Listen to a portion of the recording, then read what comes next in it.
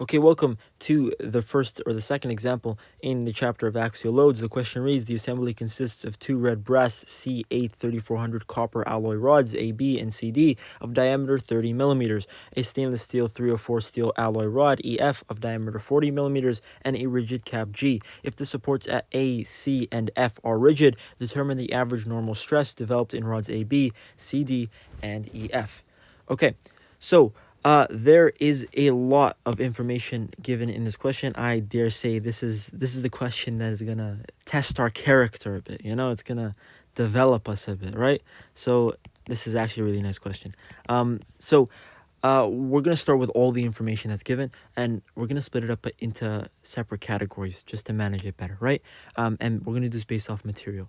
So firstly, we have a brass C8 3400 copper alloy that we're going to deal with, and more specifically what material or what components in our system are made of this material. Well, bar AB and bar CD. It's really, really important to always refer to the diagram in these questions because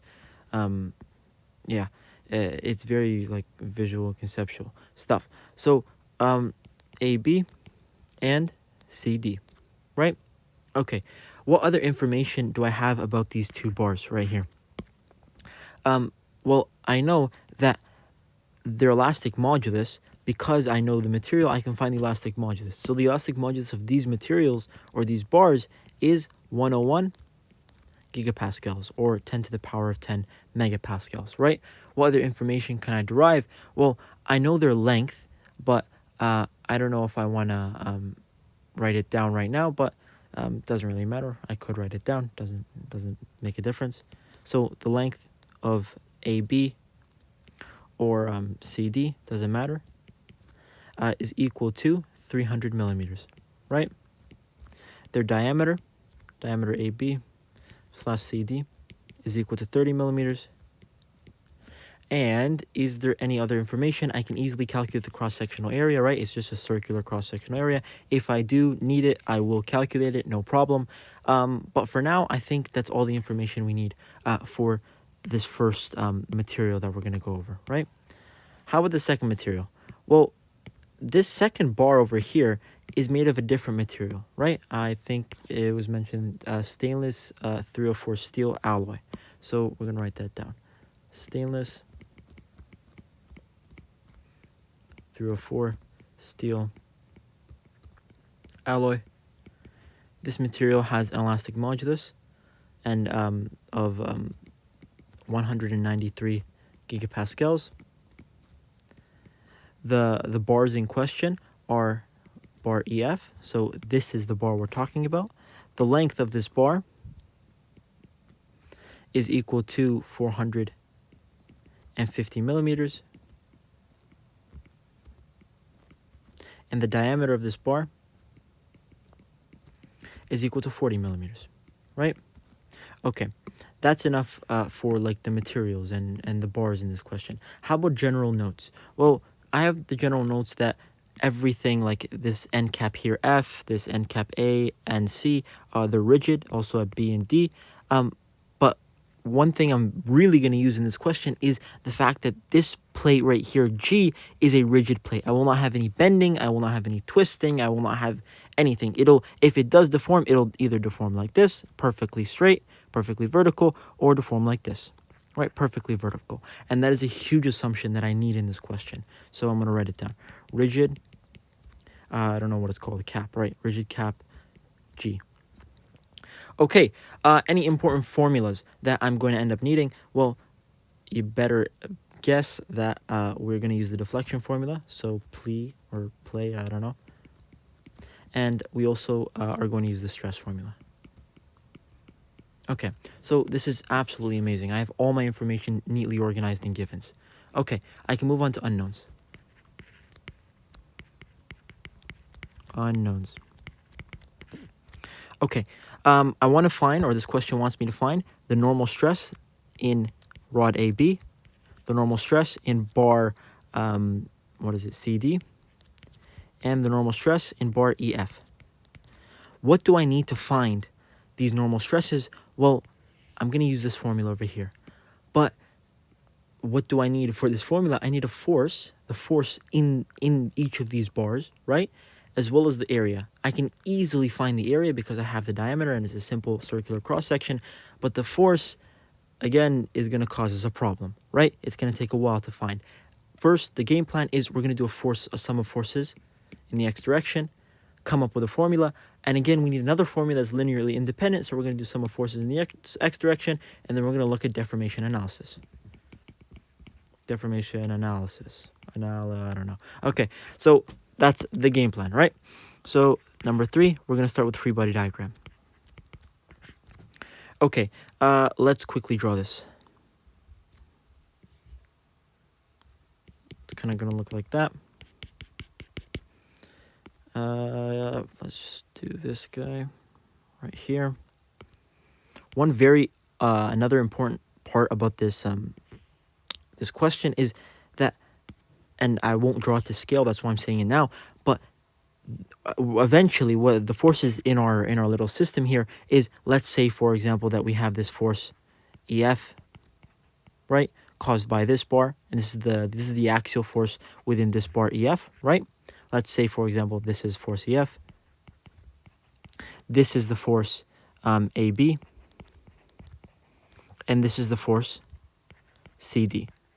I want you to notice that these two forces are going to be equal because they're symmetrical, right? And also that you have this kind of axial force acting on each of them, right? Right upon their axis. If you draw their axis like this, you have it acting right on the axis. And how they're oriented, we can assume that the forces FAB and FCD are going to equal each other, right? So this is an assumption we also make because of how these axial forces apply, and as well as like the diagram basically, like it looks symmetrical, but more realistically, like the proper explanation is because you have these axial forces here and this is rigid and all that fun stuff. But anyway, I hope you can see it, that from now on we're just going to call this force F and this force F because they have the same magnitude. Okay, back to this good guy. You have this rigid cap, right? Let's make it a bit thicker like that. It's perfectly straight. Let's actually make it straight because it actually matters.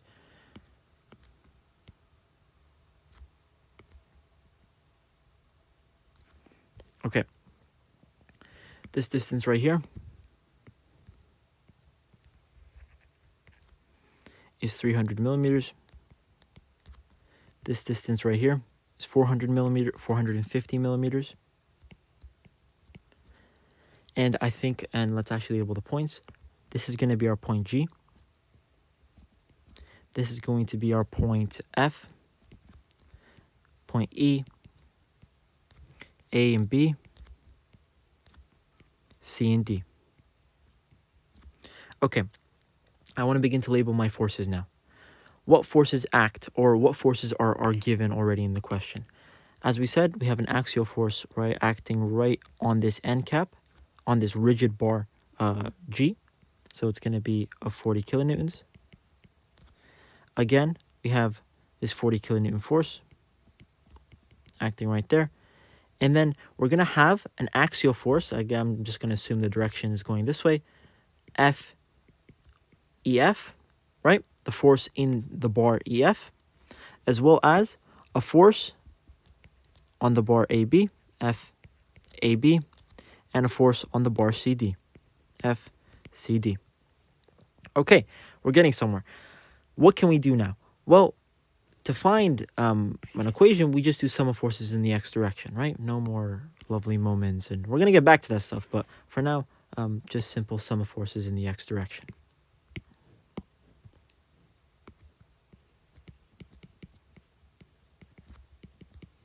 If you do sum of forces in the x direction, you're going to get that FAB plus FCD plus FEF is equal to 80 kilonewtons. Right? So this is your first equation, but what did we say? We said we can assume these two to have the same magnitude, so we'll just call them F. Right? We can just call them F. So we can just say 2F plus FEF is equal to 80 kilonewtons. And this is our equation 1. And as you see, you have two unknowns, right? You have your unknown F, and you have your unknown FE. Okay, this is going to get way too confusing. Let's actually call this one P. Let's call it P. Or maybe that's more confusing? No, we're going to stick with P. So let's put a note just in this corner as well to state that the force AB is equal to the force, or the magnitude of these forces of AB and CD is also equal to P now, right?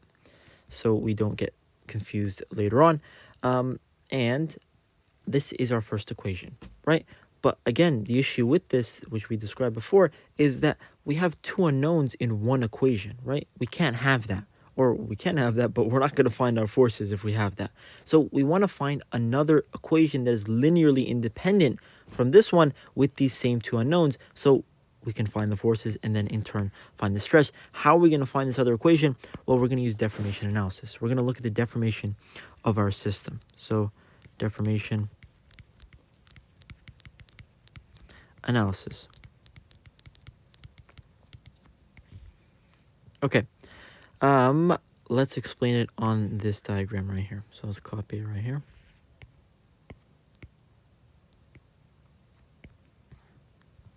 Let's make it larger. And let's also replace these forces because we renamed them P, right? Okay. I want to look at the deformation of this system.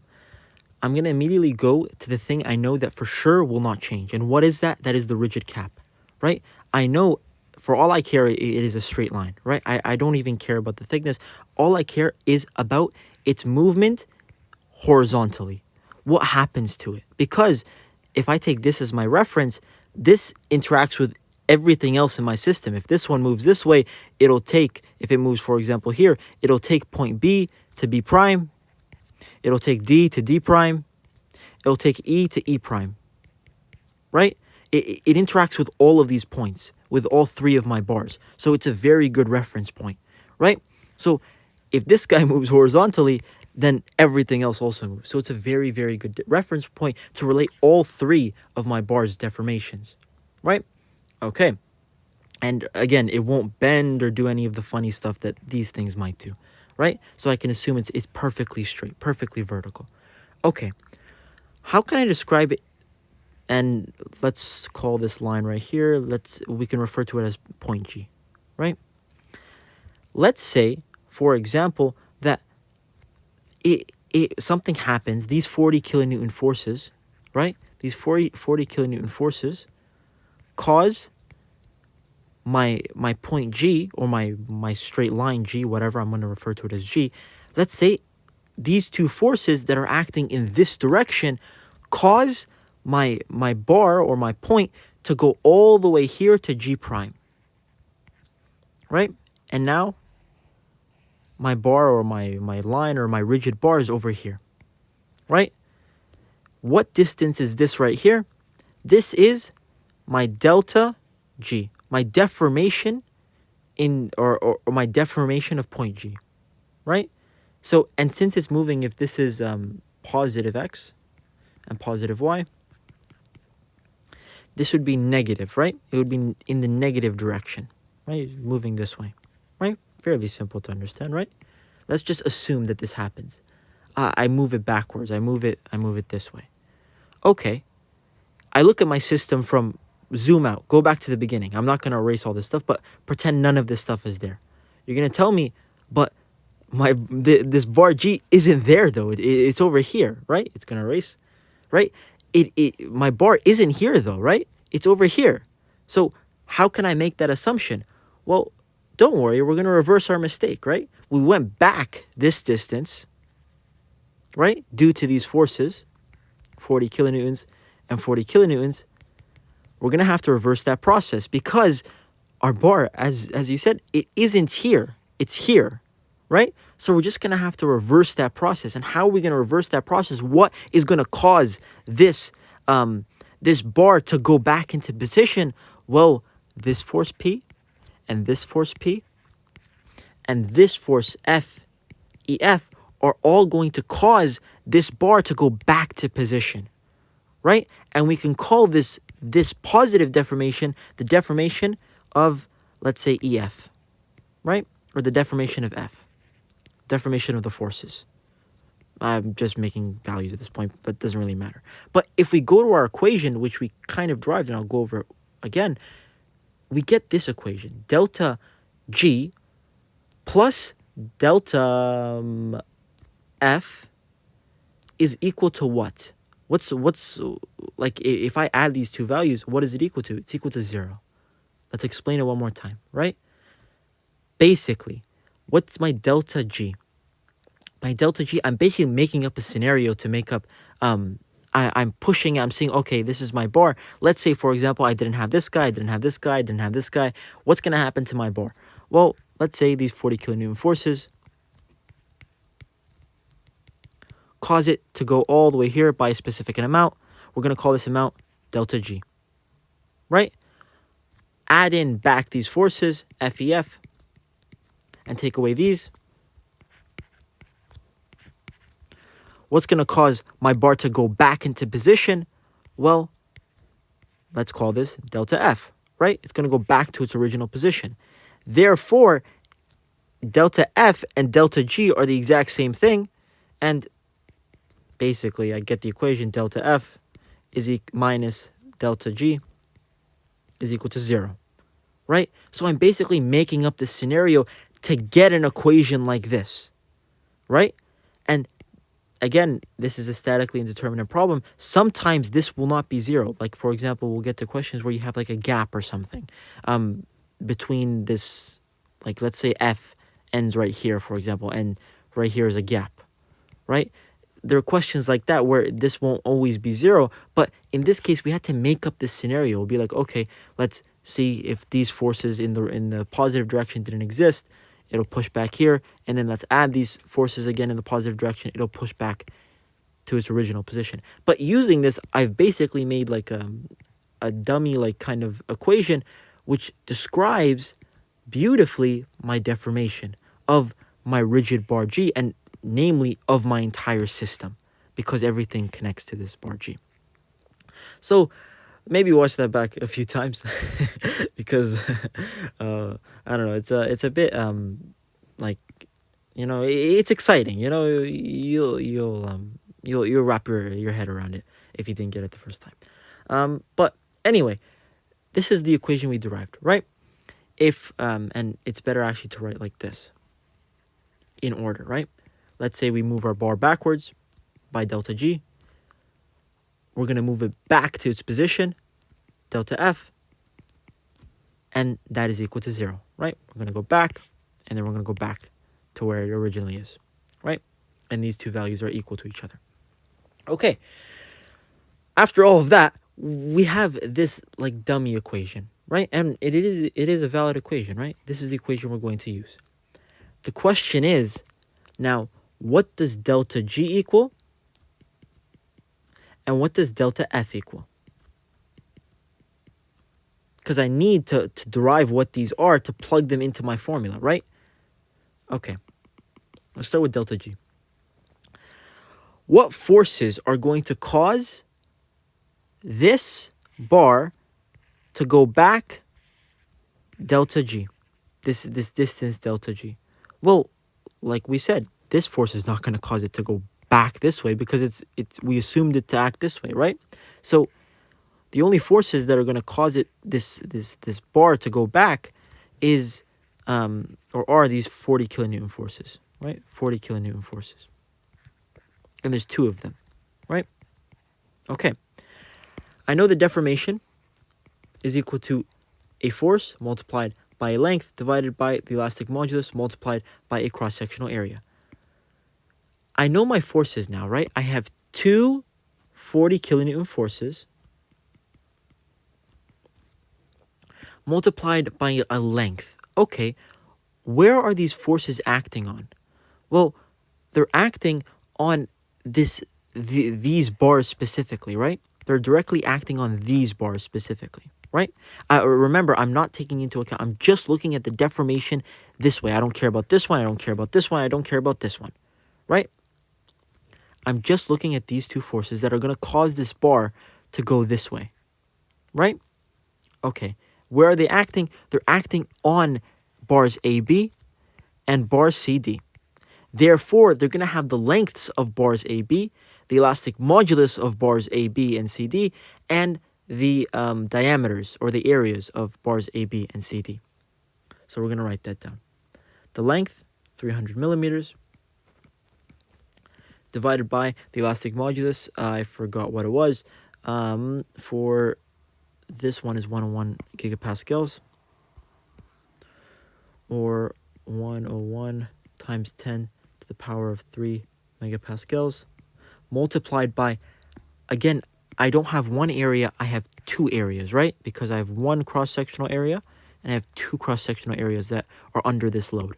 So I'm going to write 2 times pi over 4 times the diameter squared, which is 30 millimeters. 30 millimeters squared. Okay, right? Beautifully suits out.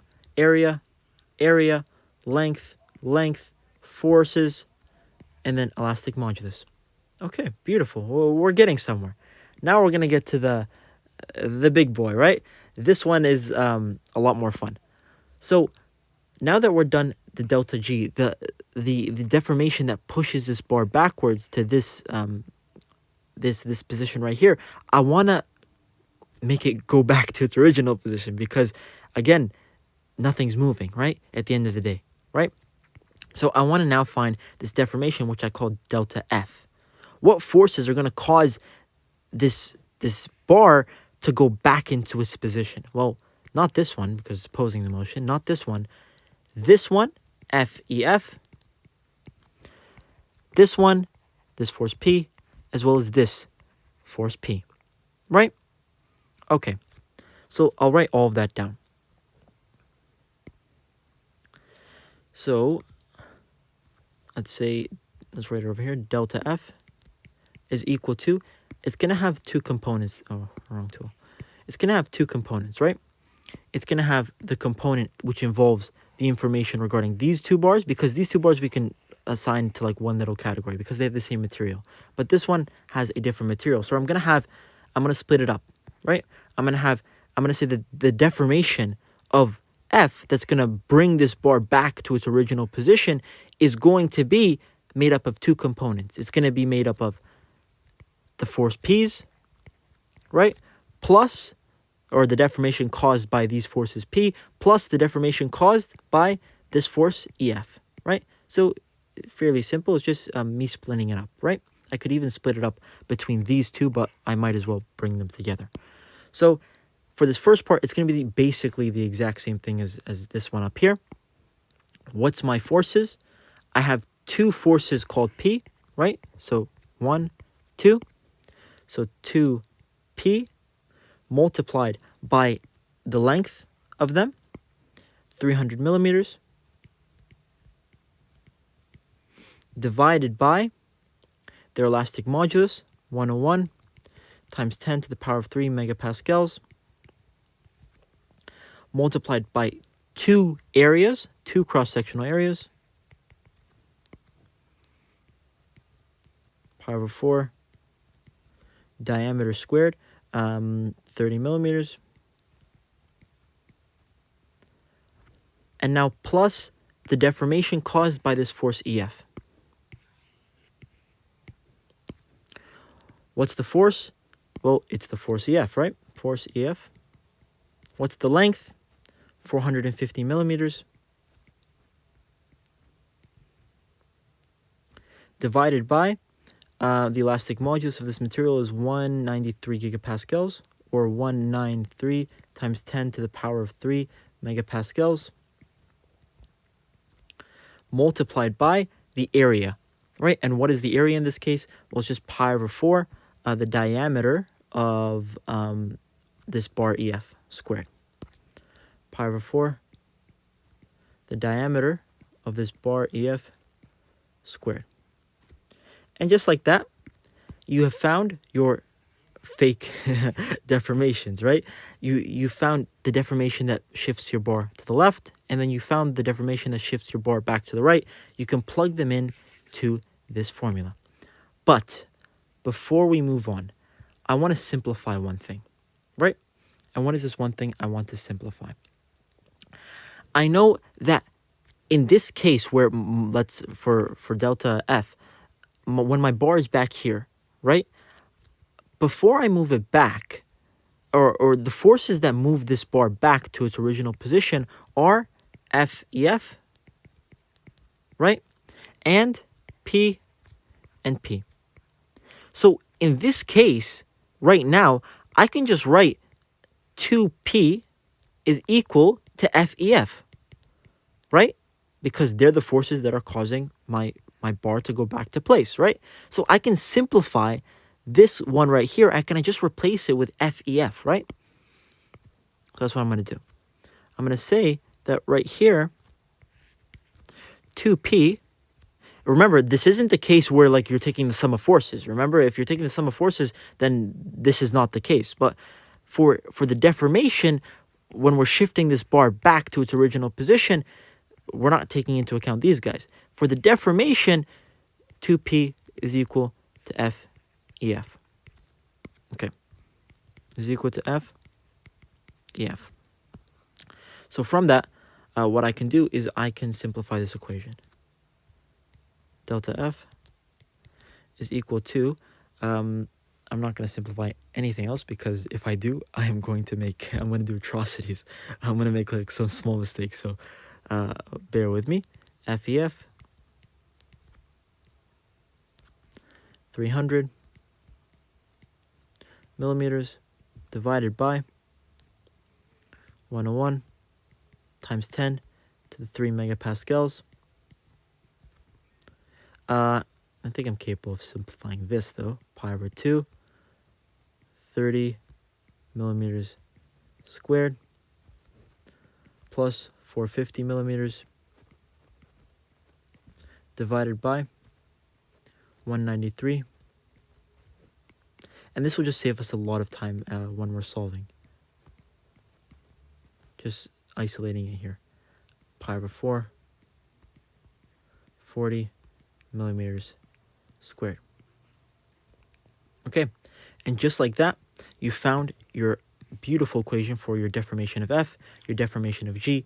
We're going to plug it into this formula after I shrink a lot of this stuff. Or actually, let's add a new page. Oh, milestone right here. Adding a new page, damn. Okay, let's sub in this formula, right? Sub in our values for this formula.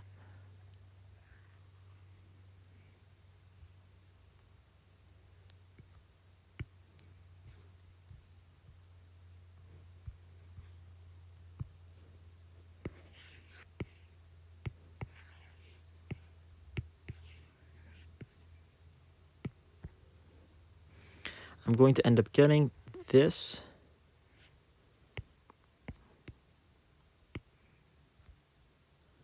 Fine, let me just rewrite it. Using this formula, negative 2 multiplied by 40 kilonewtons. Actually, I can just 2 and 2 cancel out. 40 kilonewtons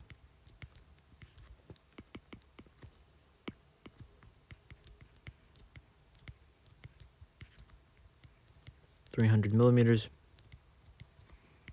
divided by 101 times 10 to the 3 megapascals multiplied by pi over 4 multiplied by 30 millimeters squared.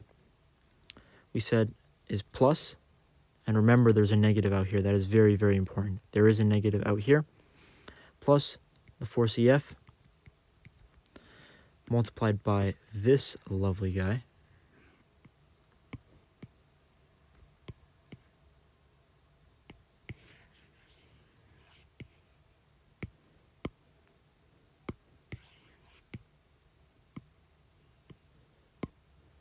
is equal to 0. What you're going to do now is you're going to solve for your force EF, right? And once you solve for your force EF, you should get a value of force EF is equal to 42,483.23 newtons. Right? Absolutely beautiful. Now you look at me, you tell me, how the heck am I supposed to find my original force P? Well, as we said, we go back to all the way back to our original equation, or one of our original equations. If this was our equation 1, this would have been our equation 2.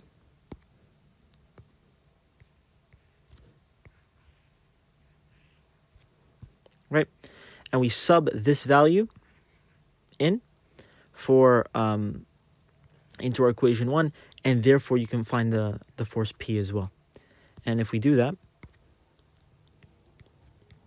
sub value into equation 1, P is equal, you're going to get that P is equal to a value of 18,758.38 newtons. And I want to say that is your answer, but you're still not done. You want to find the stresses now. So I think we're on 5, right? 5. Find stress.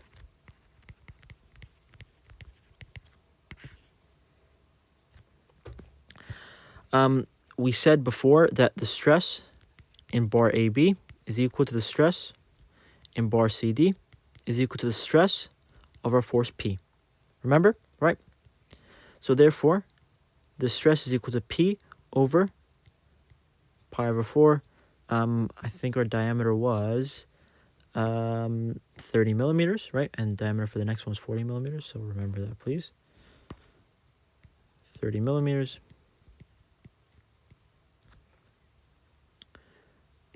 If we sub in our value, we're going to get the stress for P is equal to 18,758.38 newtons divided by pi over 4, 30 millimeters squared. If we want to find the stress for bar EF, again, it's the force EF divided by pi over 4 multiplied by the diameter squared. If we do this calculation, we're going to get the stress developed in the bar EF due to all of these lovely forces is going to equal 42,483.23 newtons divided by pi over 4 multiplied by 40 millimeters squared. And for these two lovely values and your final answer, finally, you're going to get that the stress developed in these two brass rods is, these are brass and this is stainless steel. In the brass rods, you're going to get a value of 26.5 megapascals. And for the stainless steel, you're going to get a stress developed of 33.8 megapascals. And these two lovely guys are your answers to this incredible question.